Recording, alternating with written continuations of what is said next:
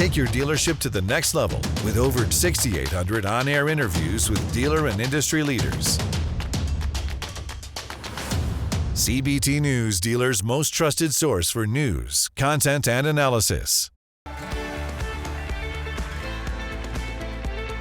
Welcome to CBT News with Cheyenne Malone.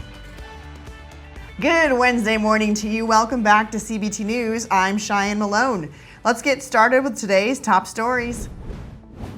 Stellantis is recalling 332,000 Alfa Romeo, Jeep, and Fiat vehicles in the U.S. due to faulty seatbelt sensors. Regulators say that the defective seatbelt buckle switch sensor may prevent the front seat airbag from deploying properly in an accident. The affected cars include two Alfa Romeo models, the Fiat 500X, the Jeep Renegade, and the 2024 Fiat 500e models. BMW is recalling over 390,000 older vehicles in the US due to faulty Takata airbag inflators that could explode and cause serious injury or death.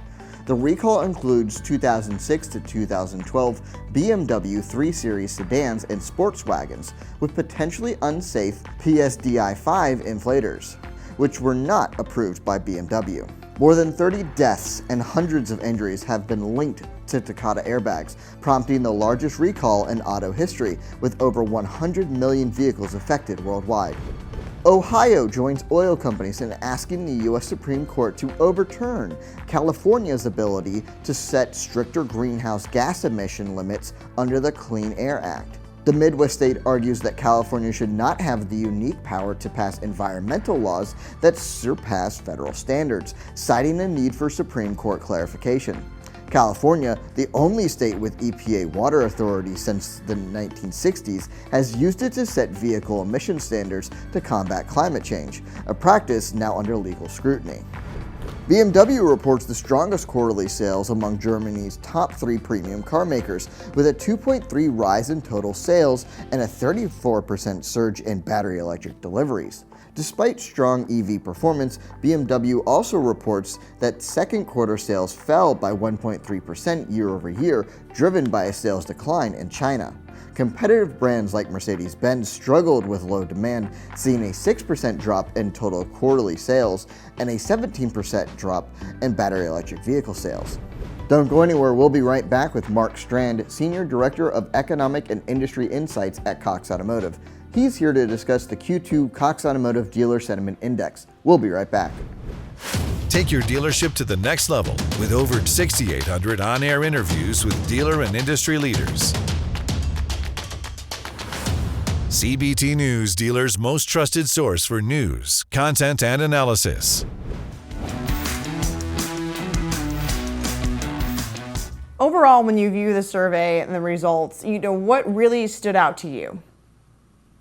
I was talking about electrification. So one interesting thing, the most interesting thing to me that popped up is, there is a lot of negative sentiment and has been a lot of negative sentiment around dealers, with dealers around electrification, just the kind of the market potential, sales potential, and profitability of the current generation of EVs, right?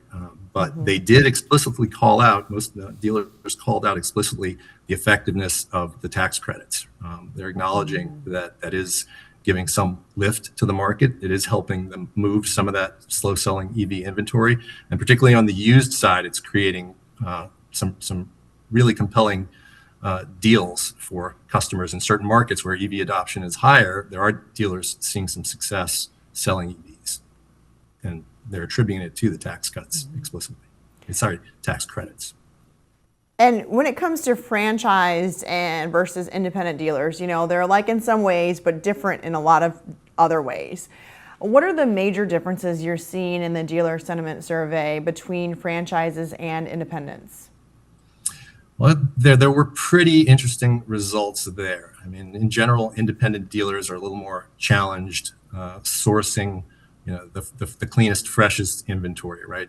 Dealers have preferential access to off-lease units. They have deeper pockets to bid. But it's been an ongoing story coming out of the pandemic of kind of an inventory shortage, supply constraints on the used side.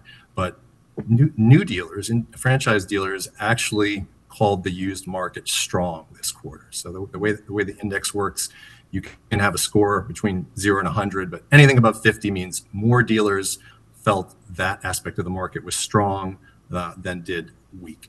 So new car dealers coming out of the spring season, franchise dealers felt they had a good year with used, with a score of 54. Independent dealers came in with an index score of 38, right? Quite a disparity.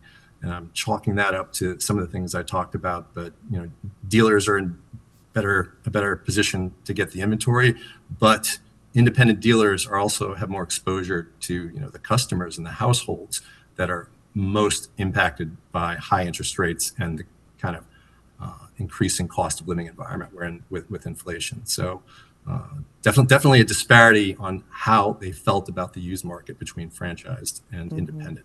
Though sequentially, year over year, things improved a bit, but still a more challenged market for independents. Well, that does it for us today. 3-2.